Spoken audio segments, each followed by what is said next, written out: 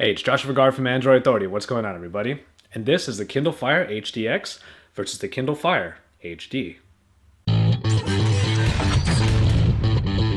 At first glance, you may or may not realize that the tablet I have in my hand is actually the Kindle Fire HD, and that's because it shares a lot of the same design philosophies of the HDX. However, there are a couple key differences that set apart the HD and the HDX. The HD, despite having an IPS screen just like the HDX, has a clear marking of where the screen is, as opposed to the HDX's screen blending right in, giving you that black slate look. Also, at the top of the HD, you don't see a 1.3 megapixel front-facing shooter on there. There's no front-facing camera on the HD, while the HDX clearly has one in the front. When you come around the sides, it's pretty much the same story either way. You have that pretty angular curve that goes upward if you're looking at it face down, that comes up to where the back is with the Amazon logo covered in soft touch plastic. However, the main change here is that on the HDX, the speaker grills are at the top when you're looking at the Amazon logo in landscape. And on the HD, they are lower into the sides of the tablet, so that is the difference there when it comes to the speaker grills. And then you get the devices in your hands, and though both of these devices are actually very similar, there's actually a weight difference between the two. The Kindle Fire HD, oddly enough, is the heavier of the two, despite the HDX presumably packing more inside of its body. For the most part, when you're using these tablets, you're still able to grip either of them easily and be able to use them without much trouble at all.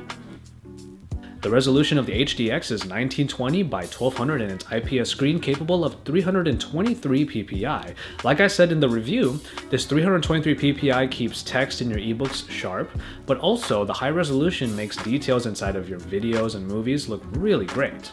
Compare that to the Kindle Fire HD screen, which has a resolution lower than that of the HDX at 1280 by 800 resolution with 216 pixels per inch. While it doesn't necessarily cause that much of a pixelation in your text, if you look very, very closely, you might end up seeing a difference. All videos and movies still look good on it, but I will say that the HDX screen does have deeper blacks, allowing it to have better contrast. On the HD, it's not quite as contrasty, and thus the colors seem to blend in just a little bit more, and there's not as much of a darkness to the blacks inside of it.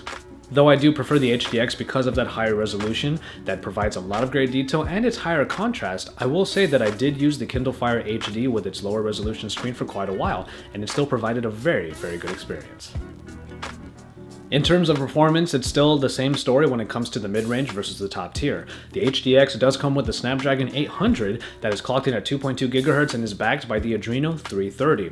Now that's a very good spec sheet, and it allows the HDX to fly and definitely be a part of the top tier of current devices. Now the Kindle Fire HD comes with the dual-core 1.2 GHz Cortex-A9 and is backed by PowerVR graphics. Even though this might not be a top-tier package, it's still respectable, and actually it works quite well for the very minimalistic Fire OS. Whereas the Kindle Fire HDX screams through its elements, loads media just fine, and can play plenty of games, the HD on the other hand does stutter through the Fire OS a little bit, but it's nothing that really breaks the experience. The main differences in the hardware then are the camera and the speakers. In the case of the camera, it's just mainly that the HD doesn't have one. As far as the speakers go, it's the location of the speakers that are different, though I will say that the Kindle Fire HD does not come with those Dolby enhancements that come with the HDX. The dimension that I mentioned in the HDX's speakers is still here in the HD. It's kind of hard to argue with dual speakers when they perform this well. All in all, the sound quality is very nice, but there's only one caveat that I have with the Kindle Fire HD. When you're holding the device with two hands in landscape mode, it is possible for you to cover up those speakers and maybe lose the sound fidelity a little bit. And finally, we make it to software, in which it's kind of easy when it comes to these two tablets. It's because the Fire OS, the newest version called Mojito, is the same across both boards.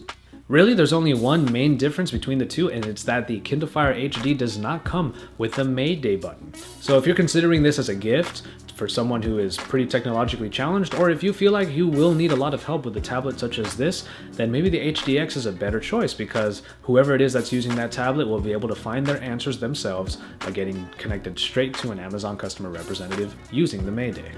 It's hard to argue with a tablet at $229 that offers as much as the Kindle Fire HDX, especially when you consider the Mayday button, which may be the make or break for you for the people in your life who absolutely need all of that help.